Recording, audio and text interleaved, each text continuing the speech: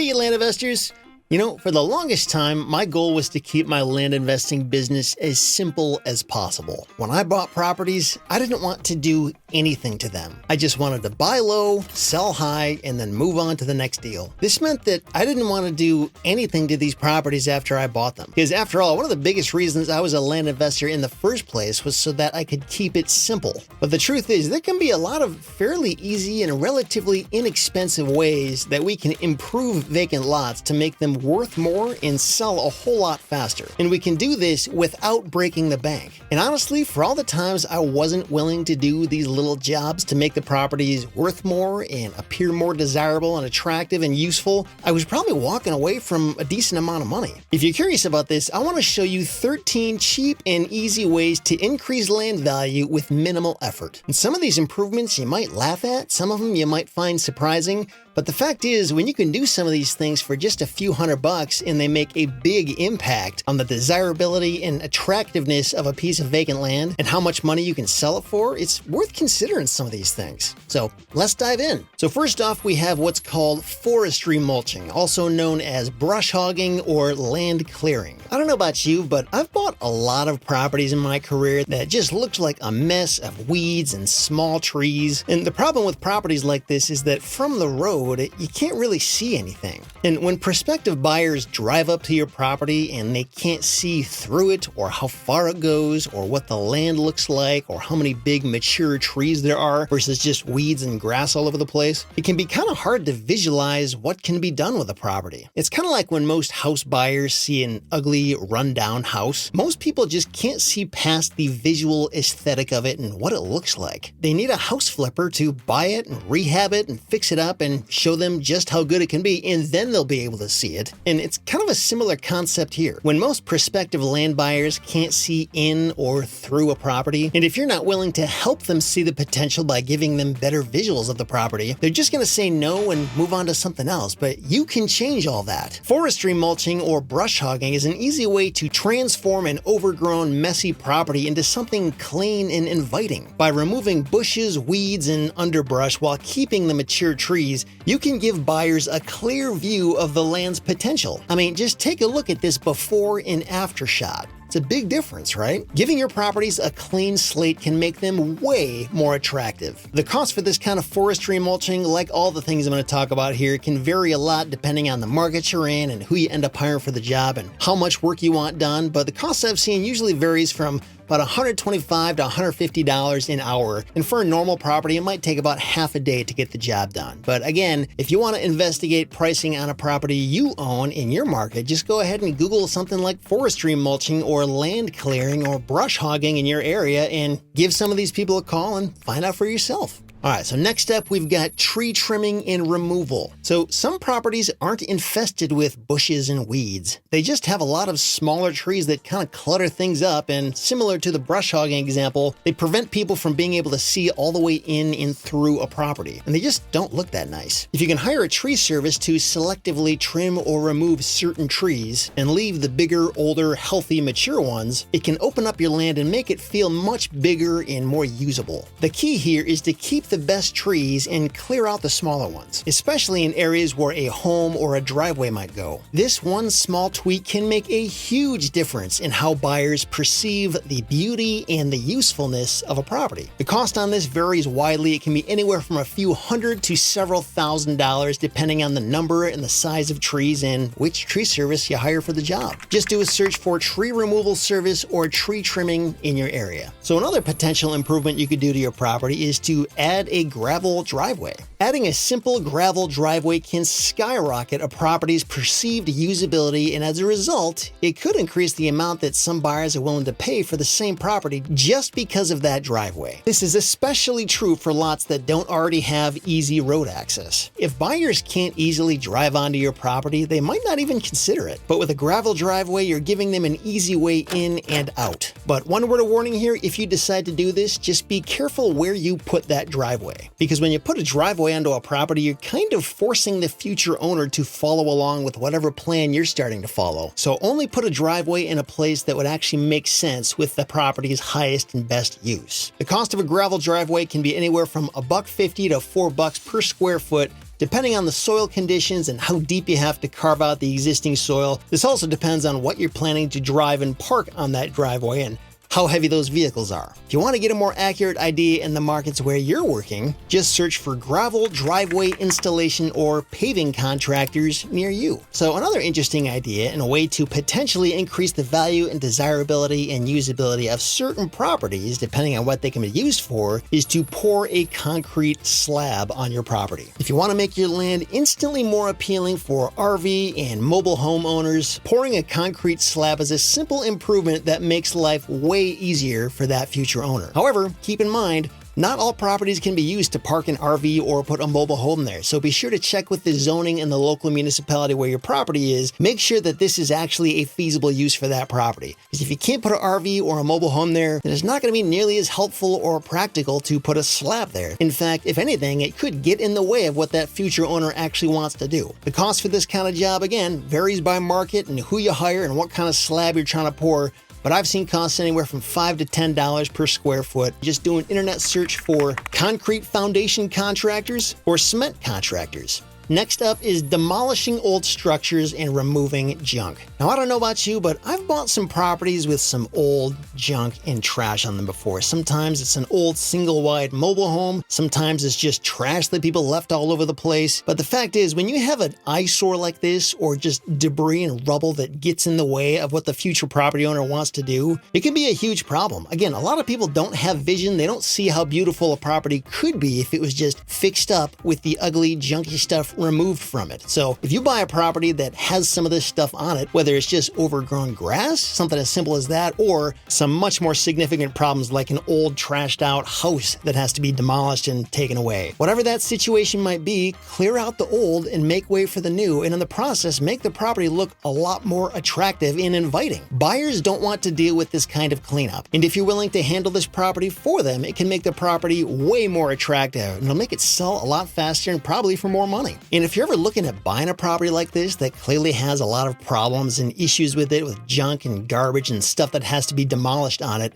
make sure you're really clear with the seller about all the work you're going to have to do and how much it's going to cost you to take care of these problems, and use that as a legitimate negotiating point to get your purchase price lower. Because make no mistake about it, it takes time and money to fix some of these problems. And you want to make sure you're covering that extra time and cost by buying it at a lower price in the first place. Now, the cost of demolition and junk removal can be all over the map depending on the size of the job, how close the demolition crew is, and how far they'll have to drive everything to the local landfill. But just to give you a range, I've been quoted prices anywhere from $5,000 to $25,000 for these kinds of jobs. Sometimes as little as like $1,000 or $2,000 if it's just minor junk cleanup. But whenever there's an actual structure there that has to be demolished and hauled away, that's when the cost goes up and up. And again, depends how far away that contractor is and how far they have to drive it to dump all that stuff. If you're looking for this kind of help in your market, just do a search for demolition services or junk removal services, and you can call them up and get a better idea. So the next thing you might consider, depending on the property, is to install a fence. Believe it or not. Now, this one may seem strange to some, and it certainly did to me at first, but you can actually make a property look a lot more put together just by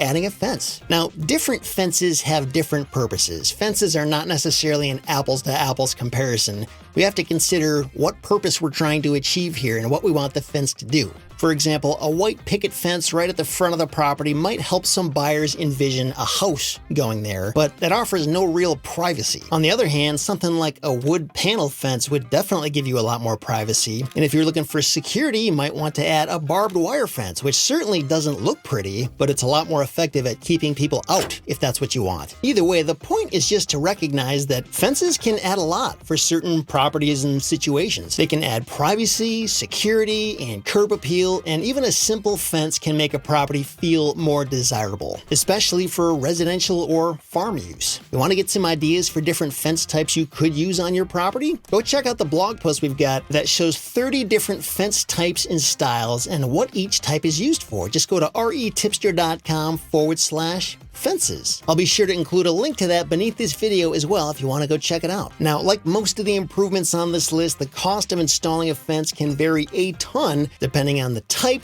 the material, the contractor, how much of a fence you need. Just to give you one idea, the fence that I installed around my self-storage facility, which was pretty big, and it was a 6-foot tall chain-link steel fence, cost over $100,000. And this was a 6.7 acre property, so it can get pretty expensive, but what we're talking about here is not necessarily fencing around the entire property. A lot of times, we're just talking about putting something right in the front, and that's it. You could go all the way around if security is what really matters, but I would only do that if you know for sure there's a very specific future use that property has to abide by, and every future buyer is going to want that. If you want to get some fence pricing in your area, just do a search for fence contractors or gate installation. And also, as a side note, be aware that you could also install a gate and nothing else along with the driveway into your property, just to give that perceived security that not just anybody can drive in. Somebody has to have a key to the gate. It's kind of weird, the things that some people put a value on, but that's one of them. Another idea to boost the desirability of a vacant lot is to do something as simple as planting flowers or grass or maybe even trees on the property. Yes, believe it or not, even flowers and grass can boost the desirability and sellability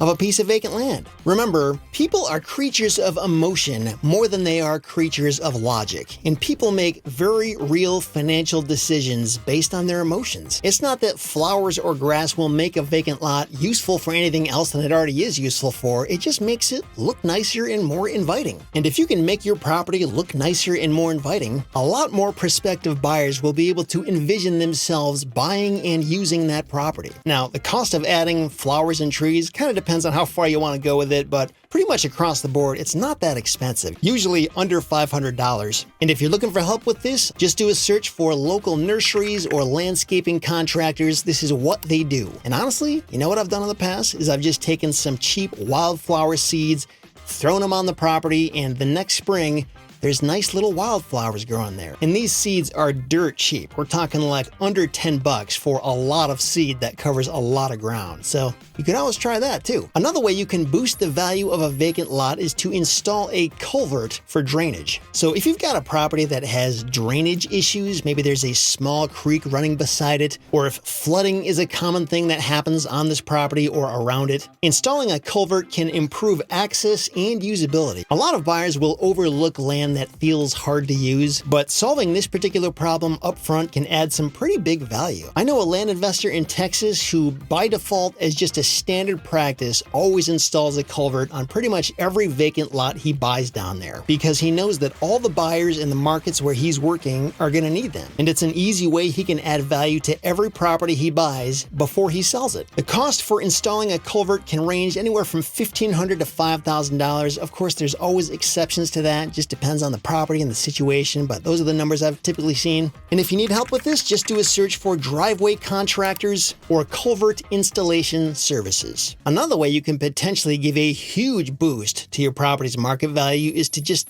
change the zoning. Now, this is something that can feel like it's kind of hard or overwhelming or impossible to do. At least that's what I thought before I did it for the first time, but it's actually not that hard if you're doing it with the right property where this kind of zoning change just makes sense, because everybody would agree the property is more usable and worth more if that zoning is changed, and if it's not drastically different from the other properties that are already around it. If a property is zoned for low density residential, but it could be changed to commercial or multifamily, you could unlock a ton of value without ever touching the property. This is just a paper alteration that changes what the property can be used for. Before you buy a piece of land, always look at it with a critical eye in this regard. Consider what its current zoning is and how far away it is from a different zoning area. For example, if you've got a residential lot, but there's commercially zoned properties across the street, and if your property would be worth 2, 3, or 4 times more if you could wave a magic wand and suddenly change how it was zoned, you might want to explore this option. When I've changed the zoning on some of my properties in the past, I've actually found the process to be surprisingly easy. I was doing it in rural areas where it wasn't super expensive, it wasn't that difficult to make the change, and the changes that I was trying to make made sense, and the local municipality would be able to raise my taxes as a result. So I wasn't really fighting an uphill battle If I was trying to do something crazy in a much more densely populated place like New York City or LA, then I'd probably have a harder time. It would probably take a lot more time. It'd probably cost a lot more money. So a lot of the ease or difficulty of this depends on where you're trying to do it and what exactly the situation is. But if you've never done this before, I'd like to encourage you to give it a try if you think it makes sense. The worst they can say is no. The worst that can happen is you might waste a little bit of money, a little bit of time. But when you consider the potential upside of being able to change the zoning and how much more it can make certain properties worth, this can be a huge hidden opportunity. So the cost to do a zoning change, in my experience, when I was doing it in less populated areas, it was like $2,000 to $3,000 per zoning change, and it would take me maybe like 2 to 4 months to get the job done. If you're doing this in a much more densely populated area, or if you're trying to do something that's super complicated, then it could take sometimes years to get the job done, and it could be tens of thousands of dollars to do it. So like any of these things on this list, you have to weigh the cost and the benefit of whether it makes sense to do this based on the likelihood of you being able to do it and how much value it would result in if you are successful. So all this stuff you got to think about. And usually the best place to start once you seriously start going down this road is to call up the local zoning administrator, contact the zoning board, or even contact a local land use attorney and get their opinion on it. Another interesting way you can add sometimes a ton of value to a piece of property is kind of similar to the zoning change in some ways, and it's by obtaining land entitlements for the property you're working on. So let's say you buy a piece of land and you know it would be perfect for building a house or building a restaurant or building whatever you want it to be. And a lot of vacant lots aren't necessarily like this, by the way. But say if you're buying like an infill lot or something and it can only be used to build a house and nothing else, you could go so far as to get the building permits and approvals from the local municipality to build that house. And if you do this ahead of time, you can sell those permits and plans to the next buyer. You don't have to build or do anything. You're just selling them the approved plans and then they can build it. And assuming that's actually what they want to build, this can save them months of time and headache and cost and frustration if you do this job for them. When you get the land entitlements like this, it adds a lot of value for that future owner because it's a lot of work they don't have to do, and they can buy the property with a lot more certainty about what they're going to be able to do with it. They don't have to buy it from you and then cross their fingers and hope and pray that they can get the entitlements because you've already answered that question for them and you're giving them that certainty. And that certainty is legitimately worth a lot sometimes. And the best thing about this value add strategy is you don't even have to do the hardest part yourself, which is actually building the development. You're just getting permission and approval and letting that next buyer do all the work. And the cost and timeline on getting land entitlements is all over the place. It's hard to even give you a real idea without knowing specifically what kind of entitlements you're trying to get and the nature of that municipality you're working with. So I'm not even going to try to give you a number, but if you want to get started and start figuring some of this stuff out, just contact your local city, township, or county planning office and they can help you get started. All right, if you're still looking for ideas, if nothing else on this list has sounded interesting yet, another thing you could do is get a perk test. So if you've got a piece of land that doesn't have access to a local sewer system, then the only way you'll ever be able to build a dwelling of any kind is to install a septic system. And in order to install a septic system, guess what? You first have to get a perk test approved on your property. Now, I've got a whole separate video explaining everything you'd ever want to know about what a perk test is and how it works and why it matters. I'll be sure to link to that if you want to check it out. But here's the thing. If you know the next person who owns this property is going to have to do this before they can build anything on that property, you can add a lot of value to this transaction for them just by doing the job for them. And again, giving them the certainty that the perk test is approved and they will be able to install a septic tank and then build the rest of that dwelling if they want to. It's one less question they're going to have to answer and one less bit of uncertainty they're going to have to deal with if they decide to buy your property. This certainty can be worth a lot of money, and all you have to do is get the question answered before you sell the property. The cost of getting a perk test done can range a lot depending on what market you're in and how the county health department handles that in your area, or if the health department is even part of the process. I've seen prices that range from as little as $150 up to $5,000, usually near the lower end of that range, but the point is the cost can be all over the place. You want help getting started on this? Contact your county health department and ask how to get started and how the process works, where your property is located. If for some reason your county doesn't have a health department, or if you can't find them, another thing you could do is contact a company that installs septic systems, because they're probably going to have the contacts with the people who have to do the previous step of handling this perc test. So you could try that too. Just do a Google search for septic contractors or something like that. Another critically important thing that any piece of land is going to need if you ever hope to build a dwelling there is access to water. In some parts of the country, this is not hard at all. Either there is a local water supply right there that you can hook up to, or if you're in a place like Michigan where I'm at, water is not hard to get to. You don't have to drill very far to get to it. But in some parts of the country and around the world, access to water can be a huge, show-stopping, deal-killing problem if the water isn't available there. And if the water is just not there, if you can't drill a well and access water in any way, shape, or form, and if there's no local water supply you can hook up to, then usually the last-ditch effort is to truck the water in and have a giant holding tank on your property that you have to keep refilling throughout the year as you use water. It's not ideal, but if nothing else can be done, that's kind of like the last resort. Now, the problem with this one is that drilling a well in some areas can be super expensive, especially when you have to go down really, really far to get water. And in some cases, it's possible you could drill really deep, spend all the money on it, and still not reach water. So there is a little bit of risk associated with this, and that's a risk you'll have to figure out for yourself. And you can usually assess this and get a pretty good idea just by talking to a local well drilling service. They're going to know better than anybody what the feasibility is of drilling and actually hitting water in the area where your property is located. They might not be able to guarantee you anything, but they can at least give you a pretty good idea for what you could expect and how much it's going to cost. The cost I've seen for this kind of thing can range from $1,500 up to $12,000. Sometimes, though, it can be way more, depending on how far you have to drill. So just keep that in mind. If you want to get a better idea on your property and your situation, you could do an internet search for well drilling service, and you can probably find somebody who can help you pretty quick. And finally, last but certainly not least, is you can bring in electricity. Similar to water access and septic system or sewer access, electricity is something that pretty much any dwelling is going to need. Now, you could install solar panels and get around that if there's no electricity available, but in a lot of cases, the power grid isn't that far away from most properties, and if you can get that electricity hookup done, it's just one less thing that the future buyer is going to have to worry about. Now, depending on how close your property is to the power grid and the nearby power lines, this could be pretty cheap or it could be kind of expensive. The cost can vary widely depending on the distance. But if you're looking for ways to add value to a vacant lot before you sell it, it's pretty much always worth looking into. And in terms of what that cost is based on the distance, it's usually anywhere from $25 to $50 per foot if it's far away from a nearby power line. And if you want to find out more and get more specifics, just contact your local power company and they can help you out pretty quick.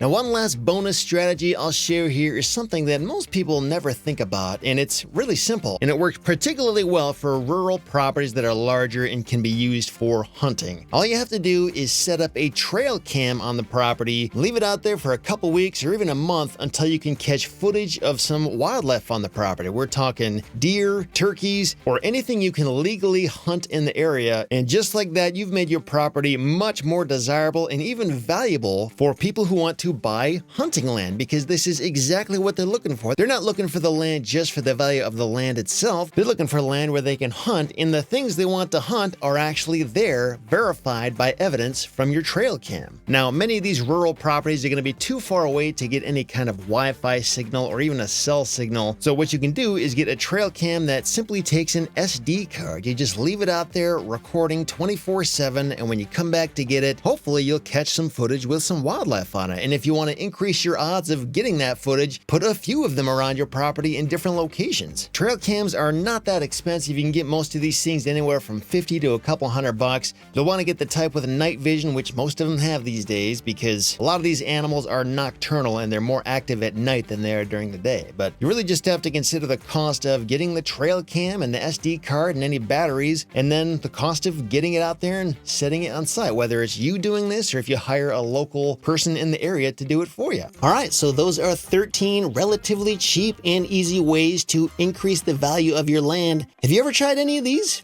How did it go for you? How much did it cost? Be sure to leave a comment and let me know. I'd love to hear about your experience and your opinions on these things. And if you're looking for more land investing tips and strategies like this, be sure to like this video and subscribe to the channel, and I'll see you next time.